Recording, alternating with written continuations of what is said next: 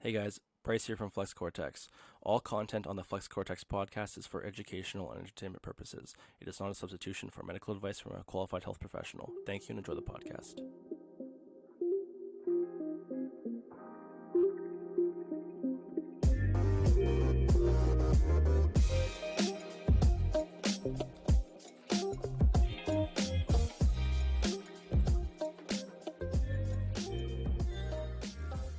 Hey, welcome back to Cortex.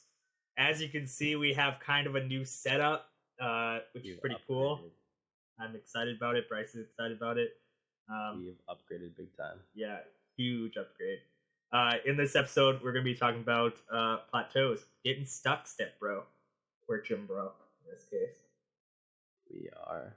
So, why am I stuck, Jim, bro? Well, yeah, exactly. How do I get my hand unstuck from this barbell? Oh no, Yeah, bro. We're gonna just go over some important things to consider regarding training, nutrition, recovery. These can all be very beneficial to get through those plateaus. And yeah, if you fully utilize all the tips and tricks we kind of go through today. So let's jump into it. Are they still seeing the Cortex thing? Oh yeah, let's stop sharing the screen there. So they can see our beautiful faces. Yeah, exactly. So. All right, guys. Yeah, welcome. If you haven't seen our faces yet, welcome. This is all new to us, so there is now a face to the voice. Yes, so bear with us if there's some technical difficulties. This is our first time using Riverside, so shout out Riverside. Yeah, exactly. Riverside. And we're streaming this to Twitch right now. So hello Twitch to the 0 viewers because we haven't announced it anywhere. We're going to just kind of do a dry run here with this episode and then try and do it more regular for future episodes. 100%. Okay. So one of the first areas I want to just talk about is nutrition. Nutrition is huge for plateaus, especially for weight loss clients or even weight gain clients. Because as everyone knows, the very, very simple truth of it is calories in versus calories out. Well, either if you have a calorie excess, you'll gain weight. Calorie deficit, lose weight. Simple. In theory, simple. Yeah, in theory. In theory, the actual practice, very different. Yeah, 100%. So yeah, like that can also even affect your anabolic versus catabolic states. So if you're going to be building tissue or not for strength gains, muscle building. So it's really important that as your body weight decreases, so does your caloric needs to maintain your body weight. So a way to actually combat this when you have like a caloric deficit and you're trying to lose weight, but you're stuck, is to actually build muscle through resistance training. So if you haven't actually put in the resistance training yet, it's good to just, let's do some lifting, Yeah, that's probably one of the most overlooked aspects of training. I think too many people focus on cardio and they focus on energy expenditure versus time actually resistance training and working on building lean tissue, because lean tissue will help you lean out drastically. So definitely do not ignore resistance training. That could be like one of the crucial aspects, whether you're seeing success in the gym or not, versus just being a cardio bunny and hopping on the cardio machine for 45 minutes. Exactly. And like as you start to lose weight, and like, because I think a lot of clients go into it with the goal of ultimately losing weight, but once you get into it and you actually start feeling good about yourself again, it's less about the weight, the number. It's more about how you feel, how you look, and just like actually get in there and doing the work, right? Body composition is a huge thing, right? So I think too many people are fixated on the scale, and if you're not seeing the scale go down, all of a sudden you're associating this with failure. You're associating this with a sense of complacency and that you're not actually seeing any kind of progress. But think about body comp, right? So it's really important to do measurements, really important to get some gauge of body fat. Again, obviously, like a DEXA is going to be the most important one, but if you don't want to pay for a DEXA, at least have like a scale that you can use for reference. I have a Renfo scale. This is not a paid ad, by the way. I have a Renfo scale and it does do all my body fat. It does do all this stuff. And it's really nice just to have that as something to follow. And just seeing kind of how you're progressing through your cut. That's what I've honestly used through the 8 weeks so far. So I've actually been using that to see how my body fat's been decreasing, and it's nice just to see how you're doing so far, right? Yeah, it's a very quick side tangent about those things. So, um, Yeah. a lot of people are like, how accurate are they? They're not a DEXA scan, but they're actually not that bad. Um, No. Especially because what they actually will do is they send basically like, um, it sounds a lot scarier than it is because you don't feel anything, but it's like an electric Hmm. pulse basically that will interact with lean muscle tissue and fat differently because they're different densities and all that stuff and different conductivity. So Hmm. that's how you kind of get like a rough number, but that number is actually very helpful for both you and also if you're working with a trainer to just better gauge where you're at. Yeah. For a lot of my online clients, I encourage that. For in-person clients, obviously we do check-ins, but the online aspect is super important because like you can see with the scale that I have, you can see trends too.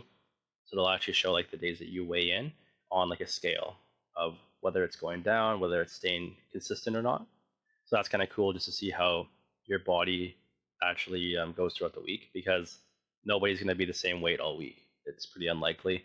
There's so many factors like there's water retention, there's sodium intake, and there's like a lot of other things that people don't think about. And there's also sleep, right? Yeah, it's like all those videos you see on YouTube where you have like the before and after pictures, but they're taken on the same day, where you just like Yeah.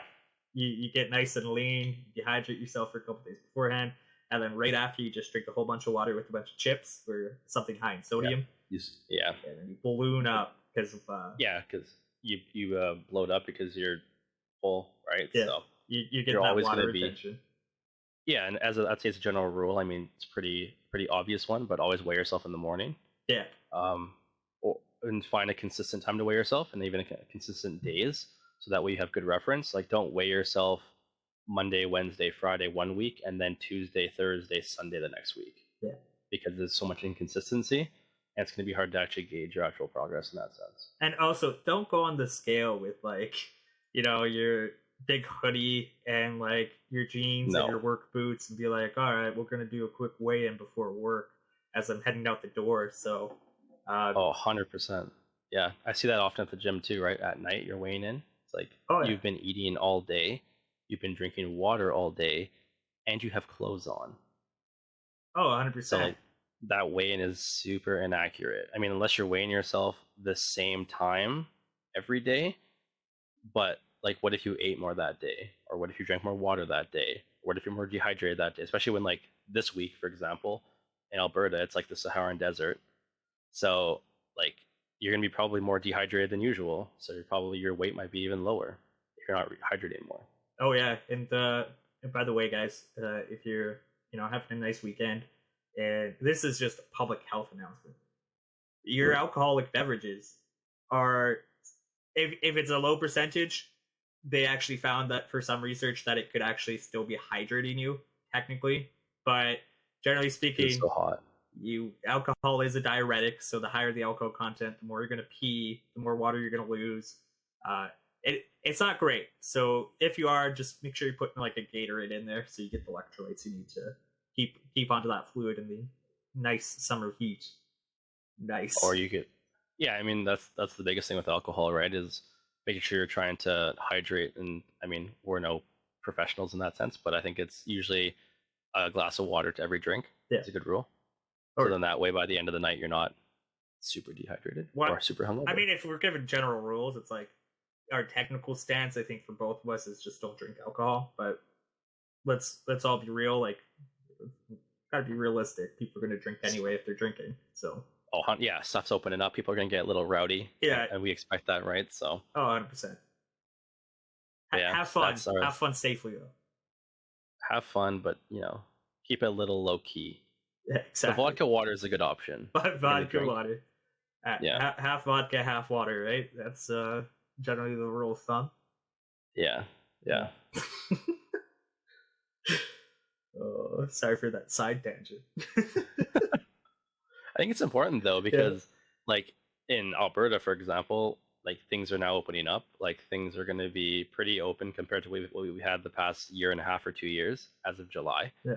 So, I mean, for other places, I'm not really sure what all of their rules and stuff are right now. But I mean, for us, we've kind of been cooped up. So I know a lot of people are really to go out, especially for Canada Day, right? Go out and have fun. And more likely than not, it's probably going to be drinking. Yeah. So just remember that, yeah, especially with this heat, being outside, have a ton of water. And like Tanner mentioned before, Gatorade is definitely not a bad bet, but you don't also want to have too much Gatorade and not enough water. Yeah. You got to find the balance. Because, they're on the inverse, there's actually the danger of like having the too many electrolytes and not actually properly, draining the fluids out of your body after. Cramping, 100%. Yeah, you're gonna be a bloated. You'll have like a wave to you, even if you're pretty lean. You'll just be like, yeah, I have like a wave inside of me. Yeah, it'll be the bump. Yeah, the bump of bloat. To quote a good friend who said this past weekend, after drinking a little too much, and I quote, "I've got an ocean inside of me." So don't retain too much there. Yeah, no, for sure. All right, is that the bit for the nutrition portion? That is pretty much the nutrition at this point. Awesome. Okay. So to kind of go off of the nutrition aspect of it, we're going to jump into some recovery aspects. So again, we're discussing plateaus today.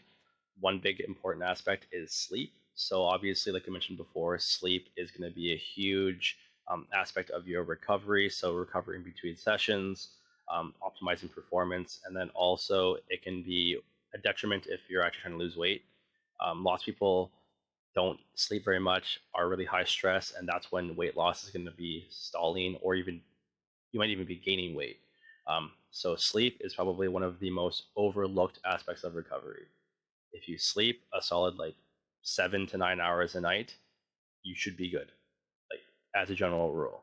I know obviously everybody's a little bit different in regards of what they deem essential for their body, but as a general rule, probably like your 7 to 9 hours. To jump off of that though, we have the massage. So as what I would recommend as a PT is probably doing a massage like once a month. I usually do like a maintenance massage, kind of just seeing. I typically am pretty body aware at this point, so I know what my trouble areas are. I know which areas that I need to have worked on. But I mean, if you don't know that, that's totally fine. Just going to your massage therapist and realizing what you need to have worked on. So go to her or go to him. I'm not gonna say you're gonna go specifically to a woman. Yeah. And just tell them like, hey, this week I'm really tight in my lats or my pecs or whatever, and then just have them help with that, because that helps a lot with your recovery between sessions, obviously, and it's just gonna help keep you healthy. Oh yeah, just like I think all humans pretty much end up getting tight muscles here or there.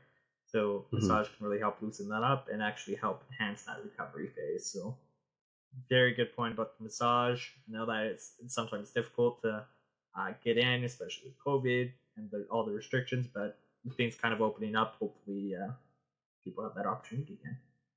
Yeah, I know that massage, I believe, has actually been open for most of the lockdown, unless I'm wrong. I think so, yeah, but by appointment only or whatever.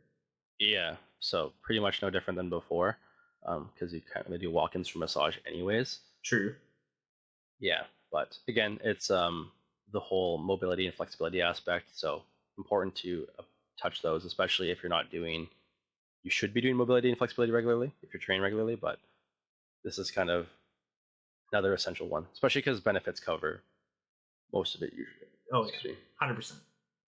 Yeah, so again, the flexibility will help strengthen or improve your joint mobility, which may be contributing to a plateau. So if you're honestly just unable to get into those positions, getting more exposure in new positions is going to be essential to breaking through your plateaus. A lot of it could just be tissue restrictions, which could be implemented by or affected by your joints too. So there's so many aspects to consider when it comes to plateaus. That's why we wanted to do an episode on it. Oh, 100%. Yeah, and then the last one was soft tissue restrictions. So we kind of discussed that before. Massage is obviously a good aspect of that, but the good old foam roller gets it done too sometimes if you're doing that regularly. So You don't really need to do too much. Like I wouldn't say that you need to be doing like an hour a day, but find a routine that you like and do like a 10-minute roll. Just kind of do that every day and just add that as part of your workout at towards the end. Yeah, I think we've all seen the guy at the gym who, comes in, does his hour of foam rolling, does a 20-minute workout, and then does like an hour of foam rolling at the end. And like, Yeah. you know what? Teach their own. No judgment here, but you could probably get away with less. Yeah, and then there's the whole less is more approach. If you're foam rolling before and after, you could probably be more useful with your time and do something to more prioritize actually like warming up and getting into positions that are going to benefit you for your workout versus laying on a foam roller. Yeah, 100%. And like, But it's I think a lot of us, when you first discover the foam roller, or the tennis ball approach to get into those muscles, we become over reliant on it too. Yeah. In terms of just you don't need to be using it for every single set and trying to lumber up constantly. Like it's important. It's not you should breathe important. Yeah, there's a bit of a nuance with it too, right? Like I think everybody thinks that. I mean, it kind of became a big thing like a couple of years ago. Yeah. And then all of a sudden, like they got super popular. I think it's just obviously due to influence, right? So I think a lot of it's just due to social media. The impact it has is crazy, obviously. So somebody sees their favorite influencer do it, obviously they're like, "Oh man, it's a great idea." So, but yeah, definitely if you're going to be doing any kind of soft tissue work, implement it in towards the end of your workout. I probably wouldn't do it before unless you're finding that you're really restricted and that you need to do a little bit to just help simply get into positions. Yeah, I wouldn't be doing anything to seriously like relieve any kind of like tension or any kind of pain before, because you could just honestly do some movements that help you get into positions to better use your time. Yeah, your mobility and your stretching are going to be your mobility work and stretching are going to just better enhance that than the foam really will. Yeah, and you could honestly do like 10-15 minutes every day of stretching. Yeah, start your morning with stretching. Do a stretch in the morning. Yeah, or I know a lot of people, like some of my clients, like to do it before bed. Yeah, because it kind of helps calm you down, right? You're kind of getting into like a bit of a relaxed state.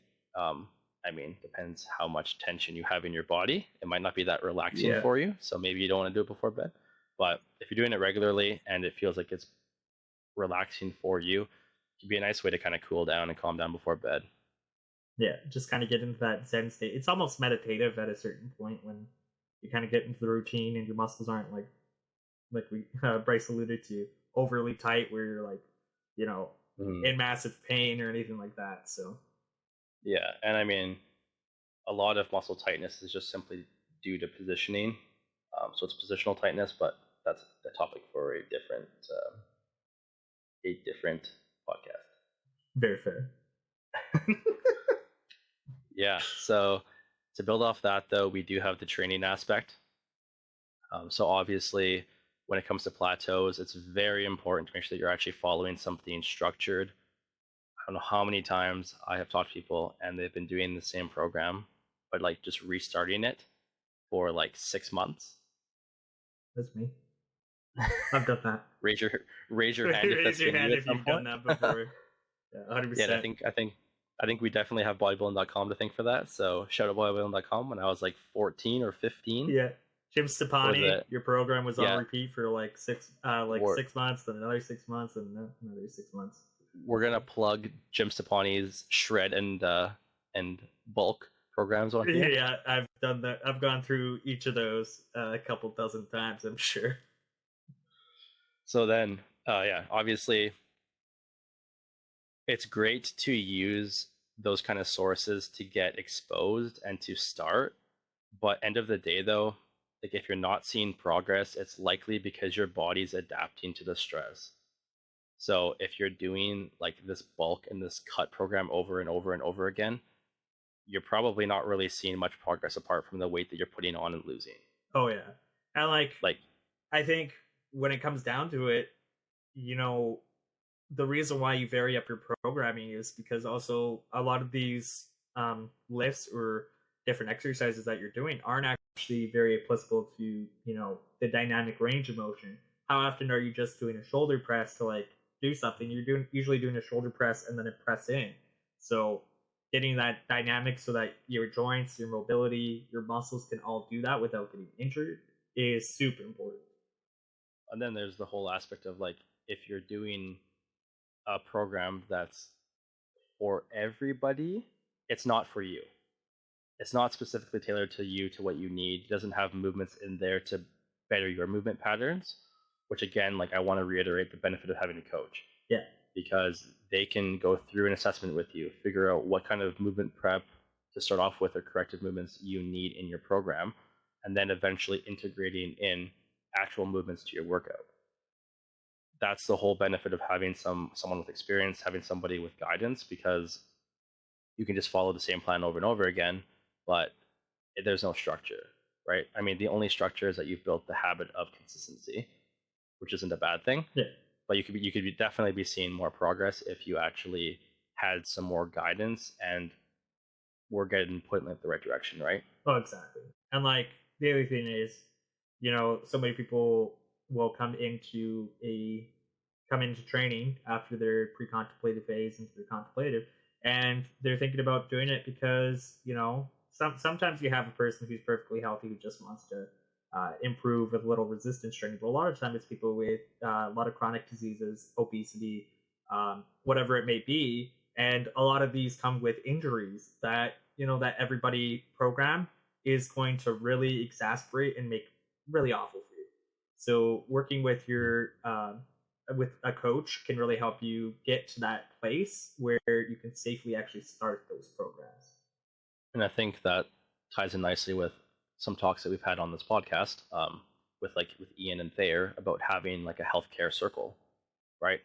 Having your PT in touch with your massage therapist, having your PT in touch with your GP, having your PT in touch with your physio, so that way you guys can all work together to give you the best service you need, right? Because that's when it comes down to, is that sense of community and that sense of belonging, and also like that's how they can service you the best versus the PT. Personally, like I love it when the massage therapist sends me a little recap of a massage from a client. Yeah. Because then I know what I can implement, and that's actually what I ask for from all my clients, is like how did the massage go, what did they say it was, so then I can kind of program accordingly based off of that and make adjustments, right? Versus just like, okay, you're feeling better, sweet, we'll resume as we did before. Yeah. Because what if the issue isn't addressed? Well, exactly. Like, what if it's something related to form or a muscle imbalance, so that maybe you have to change programming so they're not doing an overhead press because they're you have your issues with your rotor cuff and your shoulder complex, right? It might just lead to another plateau. Yeah, exactly. Or at worst, injury, right? Re-injuring an injury, right? Yeah. So that's why it's important, because like an injury is a plateau. A recurring injury is a plateau, right? Yeah, because you're not going to be progressing past that point where you can actually significantly build that muscle complex, especially like when you're coming around to like your hip joint, your shoulder joint. These things are things that actually are benefited by more muscle mass in that area to help protect your very delicate tendons and your joints in that area. 1000%. Yeah. So we're telling you, get big for your health. Yes, exactly. Get those massive shoulders, and you know what? It'll make your COVID vaccines or other vaccines a lot easier too, because the nurse will know where to put it. Get just straight juicy for your health. Yeah, juicy deltoids for the health. It's actually funny you mentioned that, because when I got my COVID vax, that's like one thing she mentioned. She's like, "Oh, it's easy to find your delt." Yeah, it's like automatically because oh, right there. I didn't know like that because I don't get many vaccines obviously, but I didn't know that they usually have to like slap your skin first to like, I mean, usually like try to like find, because like for some people it's hard to find where their delt actually is, right? Well, we don't. It's not so much slapping. She might have just wanted to slap you, bro. Because like what we'll do is we'll landmark off the top of your shoulder your process of your. I'm forgetting the bone name right now. She gave me a little like glenohumeral. Yeah. She's like with the AC. Oh, you mean AC joint, right? Yeah, not the AC joint, but there's like the process of your scapula or whatever right here, or Is it the acromion yeah, the acromion. process? Acronym of the, I think it's actually technically the humerus. So yeah, we go off that, then it's 2 fingers down, and generally speaking, that's where your deltoid is. Generally, For me, she was just like, she's like, there, good to go. she's like, that seems like a good shoulder muscle right there, nice and juicy. Good to go. Good to go. But yeah, so obviously those are really important things to consider when you're talking about plateaus. And I think we really want to do this episode because everybody typically thinks about a plateau as weight loss, but there are so many other important aspects and like other considerations for plateaus, and plateaus can come in so many different ways, shapes, and forms. Oh, That's the main thing why we wanted to talk about plateaus today, because especially like getting back into a gym fairly recently, with gyms kind of just reopening here, is like you don't want to kind of jump in too fast and then stall out, and you also obviously want to take your time and progress at a gradual rate. Yeah, because that's important. Well, because like without, a lot of people who are in that, maintenance stage or in the active phase of working out, they're gonna realize they got back into the gym after the lockdowns and be like, oh hey, I feel like I'm plateauing because I can't lift like I was lifting before. And like, yeah, because you weren't actively doing it, most likely, because weights are literally more expensive than lumber, which is more expensive than everything. So yeah, with it comes down to simple consumerism, right? Yeah. With high demand of product, the price goes up. Well, yeah, it's like with low demand, it goes down, right? There's that high demand, and then because it's usually supply to demand, right? But a lot of that was artificial, supply issues. So there was enough supply, there's enough lumber, but because of the demand, make a quick penny. I think a lot of it was just to create a sense of urgency. Yeah. And obviously, like, we feel more threatened by the fact that stuff is in low stock. Yeah. So we're more likely to impulse buy and be like, oh, yeah, $3,000 for a squat rack? 100%. Be like, sure. Yeah, that's worth it. That's a good price. Yeah. Like I've not bought dumbbells. I was talking to you before the podcast. Like I didn't buy any dumbbells for the last year and a half to replace it because they've been at sky high prices. So when it finally came under $2, which is still a relatively high price, I was like, yeah, I'll bite the bullet on that. Yeah, and like that's the benefit of just waiting a little bit, right? Yeah. Wait a little bit and let things kind of smooth over and calm down and let prices come down versus buying when it's really high. I mean, unless you need it, but obviously that's the benefit of like thinking a little bit ahead and thinking about when you're going to need it. And that's kind of why like I bought most of my stuff in November. Prices were starting to come down because we weren't closed up. We'd been open for the last few months. Yeah, and I kind of predicted that things would. Yeah, because we didn't have a vaccine. Again. We weren't through this yet. So ultimately. Yeah. But yeah, we'll just wrap this up.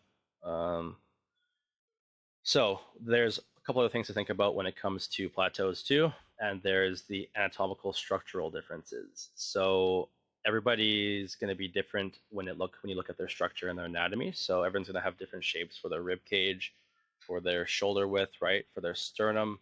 And then you obviously have, for females, you've got to consider their Q angle of their hips, which will affect where their feet are, because it'll affect where their hip actually inserts and where you have that greater trochanter, right? Yeah, the greater trochanter, and where it actually sits and moves. So it can affect your squat stance, and it can affect obviously how you walk. So that'll obviously change mechanics. And if you're not squatting, as an example, to your structure, if you're fighting your structure, that could also be limiting your progress. Oh, 100%. So it's important to think about like your progress, think about your structure, and like don't fight your structure. So if your body wants to kind of like go into a certain position, obviously within reason, don't fight it and be like, no, I need to squat this way. Yeah. Because there's no one way to squat. And like there's so much context to that, it's so important to mention. Exactly. And that's, again, going back to, not to beat this over the head for the last 16 episodes, but that's why a trainer is important, because they can deem if what you're doing with your form is going to be detrimental and lead to injury, or if it's actually going to be something that you can do within limits because it feels better. Because if it's not feeling good, but it's technically, textbook form, it still can lead to injury because it's like Bryce was just saying, it's not for your body in that case. Textbook for that person might not be textbook for you. Yeah, exactly. So I wouldn't say that there's one way to do anything. It's finding applying what you can learn from those things, applying it to your technique, finding what works best for you. So again, the benefit of having an assessment too, right? Oh, yeah. Seeing how you're moving, especially before starting a program. Yeah. That's like the biggest thing is you might be doing things improperly, and it might honestly just be due to a lack of education in the system. Yeah. And you're gonna, without that assessment, you might not know that, you have serious muscle imbalances. So you go to squat, you use perfect form, and it still feels okay, but it still might lead to injury just because you shouldn't be doing a squat yet or with that amount of weight. Yeah, and that leads perfectly into not progressing a movement fast enough or progressing a movement too quickly. So it's obviously important to lay groundwork with this. And if you're progressing a movement way too quickly, like let's say your first week in the gym, you're already doing deadlifts, you're probably not ready to deadlift. If you don't know how to hinge, if you don't know how to properly move your hips separately from your knees and your legs. So it's important to have that structure established and laid out and make that groundwork, right? Yeah, like people, it is insanely easy to just throw out your back deadlifting if you don't know the proper movements and you're putting on too much weight progression there. 1000%, guys. So just again, that's a really important thing to think about is progressing at a gradual rate, progressing at a rate that you feel comfortable. Like you should know exactly how to do a movement before you're going to something else. If you feel like you're still a little bit unsure with something, stick with it longer and give it some more practice because the reps are going to be what helps cement that pattern. Oh yeah, and just repeating it over and over again, right? Yeah.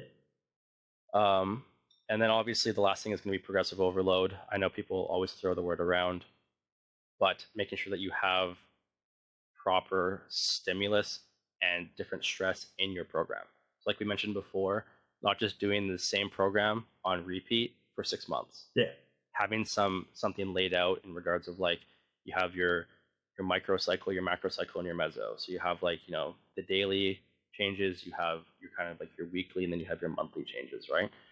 So obviously your sessions probably won't change too much day to day, but they should change week to week, and they should change month to month. Yeah. So and at the very least, like do some weight, basic progressive overload with just increasing weights.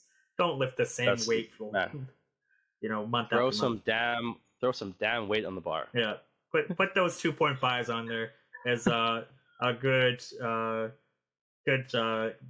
not buddy, but fellow work gym guy or goer. Oh, word. And like that's the thing too is even those 2.5 pound weights is 5 pounds extra. Yeah. So like over the course of like let's say 3 or 4 sets, that is still extra volume. Yeah. So people don't think about that, right? Like, oh, it's only 2.5s. Yeah. Yeah, it's only 2.5s, but it's still more than you were lifting last week. And especially like with if you're doing that week after week or at least every month, you're getting good gains. By the end of like a 6-month period, you might be increasing your weight. If you're doing 2.5 pounds each week, that's going to be 20 pounds in a month. So you're getting like 120 pounds extra in 6 months. Like that takes your bench press from like a measly 135, which is my bench press, going all the way up to in the 200s, which is a very impressive bench. Yeah, but that's pretty much it for the episode, guys. We thank you for tuning into this one. We hope you guys like this new layout. I know that we really like it. Feels more personal, that we're able to like actually talk with you guys more, and obviously get to see Tanner's beautiful face. Yeah, exactly. So what's better than that? Yeah, what's better than that? Makes it a little bit better for conversation, which is great. So thanks, guys. Anyways, guys, we appreciate you tuning into this one, and we'll see y'all at the next one. See you in the next one.